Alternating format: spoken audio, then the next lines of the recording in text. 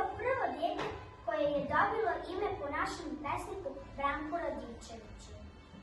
Oca je izgubio kada je imao 4 godine, pa mu je stric Miđa bio uz.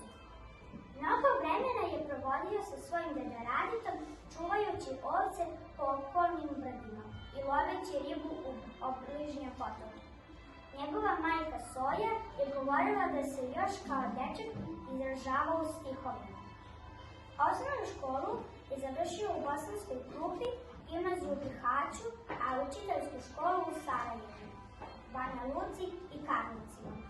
Pedagogiju i filozofiju je završio u Beogradu.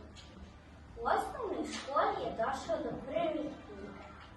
Prije polaska u školu znao je da čita ćirilicu.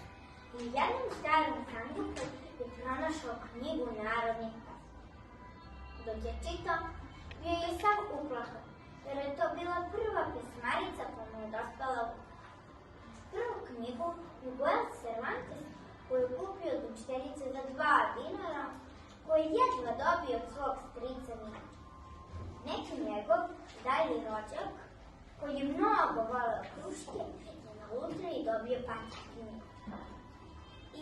I Branko mu je dao punu školsku torbu krušaka, a ovaj njemu 2 knjige. Zbirku narodnih priča, zbirku priča engleskog pisca Oskara Wilda. Dok je sedao na jednoj livadi, posmatrao je cvetiće kad mu sinula misla za Branko Čopić ima sinopić. Brzo je otrčao kući da je zapiše kako je ne bi zaboravio. Jedno je od prvih pesama o ujaku Mići i komšiji Giši koji su se potukli na svadbi oko jagnjeće glave. Za ovu pesmu i od svoje majke dobio prvi honorar grdne batine. Iz detinjstva su mi ostale uspomene na zimske večeri kada smo mom stricu Miđi čistili cipele pravi noge i češkali ga po leđima da bi nam pričao priče. Tada sam prvi put stvorio bogati svet mašte. Zamišljao sam zmajeve, vile, divove, patuljke, vampire, čarobnjake i ratnike. Prvi put sam ostavio svoju rodnu kuću i zavičaj kada sam otišao u Bihać u gimnaziju. Bilo mi je jako teško i svaku noć sam plakao. Uspomene na detinjstvo pominjem u svojim knjigama. Moja najpoznatija dela su Orlovi rano lete, Bašta sljezove boje, Ježeva kućica, Doživljaj mačka Toše, Doživljaj Nikoletine brisača, Gluvi barut, Magareće godine. Napisao sam puno pesama. Ovo su neke od njih. Verovatno ste neki i čitali.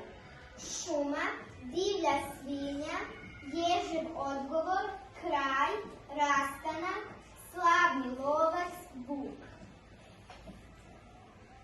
Ovdje smo istakli njegove nagrade i priznanja. Branko Ćopić je pored svih nagrada i priznanja pre svega svojim delima podigao spomen. Njegova dela se ne mogu zaboraviti niti potraviti. Oni su najlepše osjećao među knjigama. Tad se osjećao da je okružen prijateljima, pa su i njegova dela postali prijatelji deci i odrasli. Omiljen jugoslovenski dečji pisac ušao u nastavni plan i program škola. Zato i mi danas govorimo o doživljajima mačka Tošu. Svi su ga smatrali za čoveka vrednog duha, uvek spremnog za šalu.